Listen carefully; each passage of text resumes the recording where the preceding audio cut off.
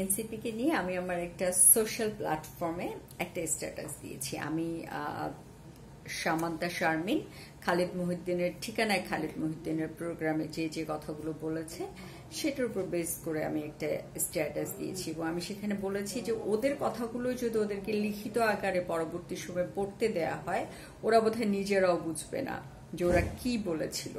আর একটা বিষয় হচ্ছে যে ওরা কথা বলে মুখস্থ বিদ্যার মতো। তো আমার সেখানে বক্তব্য ছিল যে ওদেরকে যারা এই পড়া মুখস্থ করাচ্ছে তারা যদি সামনে চলে আসে তাহলে বোধহয় ভালো হয়।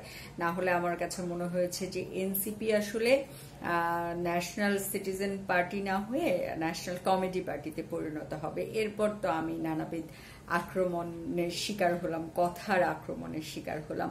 তো দেখেন, আমি একটা জিনিস ক্লিয়ার করতে চাই, জুলাই আগস্ট অভ্যুত্থানে আপনারা যেটা করেছেন সেটার জন্য আপনারা হচ্ছে জনগণের অনেক শুভাশিস পেয়েছেন, জনগণ আপনাদের প্রতি কৃতজ্ঞতা দেখিয়েছে এবং আপনারা সেই আন্দোলনের কোটাতে কেউ কেউ উপদেষ্টা হয়েছেন এবং এখন দল তৈরি করেছেন, বিভিন্ন জায়গা থেকে ফান্ড পাচ্ছেন, যদিও বলছেন না যে ফান্ডগুলো কোথায় থেকে পাচ্ছেন।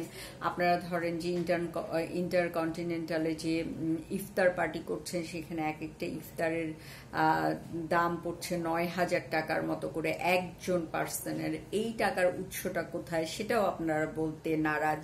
তো এত কিছু ধোঁয়াশার মধ্যে আপনাদেরকে যখন কোনো বিষয়ে প্রশ্ন করা হয় যে ভাই আপনারা বাংলাদেশের শিক্ষা ব্যবস্থাটা কি করবেন, ওনারা শুরু করে সেই গল্প যে সেই ১৯৪২ সালে বিশ্বের শিক্ষা ব্যবস্থা কেমন ছিল, বর্তমানে ওয়ার্ল্ডের শিক্ষা ব্যবস্থা কেমন আছে, ইউরোপের শিক্ষা ব্যবস্থা কেমন আছে। ভাই আপনার কাছে এটা কেউ জানতে চাই না, আপনার কাছে জানতে চাইছে বাংলাদেশের শিক্ষা ব্যবস্থাটা আপনারা কি করতে চান।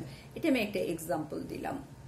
সো এই যে তাদের যে কনসেপচুয়ালি তারা স্বচ্ছভাবে বলতে পারে না, সেটা দুটা কারণ হতে পারে। এক হচ্ছে যে তাদের জানার জ্ঞানের অভাব আছে, তারা জানে না তারা কি করতে চাচ্ছে। আরেকটা হচ্ছে যে তারা আসলে যেটা করতে চাচ্ছে সেটা আপনাদেরকে বলছে না। সেটা বলছে না এই কারণে, তারা যদি বলে তাহলে হয়তো আপনারা তাদেরকে ভোট দিবেন না, কারণ তারা অলরেডি ভোটের যদিও এখন পর্যন্ত নিবন্ধন নেয়নি দলটা, তারপরে তো তারা ভোটের রাজনীতিতে আসতে চায় বলেই দল গঠন করেছে। তো তারা তাদের ব্যাক অফ দ্য মাইন্ডে যেটা আছে, মনের মধ্যে যেটা আছে সেটা বলে ফেললে হয়তো ভোটাররা ভোট নাও দিতে পারে, নাখুশ হতে পারে তাদের। এই কারণে তাদেরকে যে প্রশ্নই করা হোক না কেন তারা হচ্ছে মনে করেন সেই 1942 থেকে হিস্ট্রি বলা শুরু করে, মানে ঝাপসার উপর দিয়ে ধোঁয়াশা, বোঝা যায় না, সবকিছু কুয়াশা কুয়াশা। স্পেসিফিক আমি অন্তত তাদের কথা শুনে বুঝতে পারি না। তো যাই হোক, তো তাদেরকে তবে আমি একটা কথা ক্লিয়ার করি যে তারা জুলাই আগস্টে যে অভ্যুত্থান করেছে এটার জন্য তারা ধন্যবাদ প্রাপ্য। একজন ফ্যাসিস্ট সরকারকে তাড়াতে পেরেছে, নিঃসন্দেহে এটা তাদের একটা বড় অ্যাচিভমেন্ট। এর অর্থ এই না যে তাদের সব কাজকে আমি হচ্ছে অ্যাকনলেজ করব, তাদের সব কাজকে আমি বাহবা দিব, তাদের সব কথাকে আমার বলতে হবে যে বাহ খুব সুন্দর হয়েছে। এই ধরনের বিহেভিয়ার আমার পক্ষে সম্ভব না।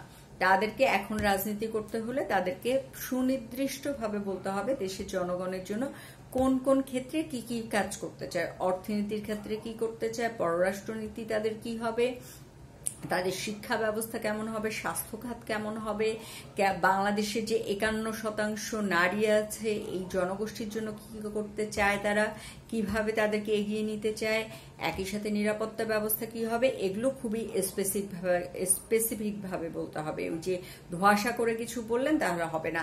আর ও যে অন্য রাজনৈতিক দলদের তুমুল সমালোচনা করলেন, অন্য রাজনৈতিক দল খারাপ, চাঁদাবাজ, তারা হচ্ছে ফ্যাসিস্ট, তারা হচ্ছে তাদের লাভ লাভ লাভ লাভ সবই খারাপ কাজ করে, আপনারা যা করবেন সবই করবেন, সবই ভালো করবেন, আপনারা নতুন করে সবকিছু শুরু করবেন। ভাই নতুন করে যদি শুরু করবেন, নাহিদ যদি আপনার হচ্ছে তার আয় বিবরণী দেয়, বাকিরা কেন দেয় না? দলের আয় বিবরণী দিতে আপনাদের সমস্যা কোথায়? দেন, নতুন করে শুরু করেন। অন্যদের মতোই যদি হবেন তাহলে অন্যদের সমালোচনা কেন করেন? আর যারা আমার সমালোচনা করতে আসবেন যে এনসিপি কে নিয়ে কিছু বললে আপনারা আমাকে সমালোচনা করবেন, আমি আপনাদেরকে বলে রাখি যেখানে আমার মনে হবে অন্যায় হয়েছে আমি প্রতিবাদ করব। আর এনসিপি হচ্ছে জুলাই আগস্ট অভ্যুত্থান করে ফ্যাসিস্ট তাড়াইছে বলে তাদের সব কাজে আমি বাহবা দেওয়ার ঠিকানাই নেই। হ্যাঁ, তা এই ঠিকা আমার না। তারা ভুল করবে, তাদের ভুলটা আমি ধরায় দিব। তারা আমাদেরকে ঝাপসার উপর দিয়ে ধোঁয়াশা, হালকার উপর দিয়ে কুয়াশার কথাবার্তা বলবে, আর এগুলো শুনে আমি তাদেরকে খুব বাহবা দিব না, অনেক কিছু করে ফেলছে, এইটা আমি করতে পারবো না।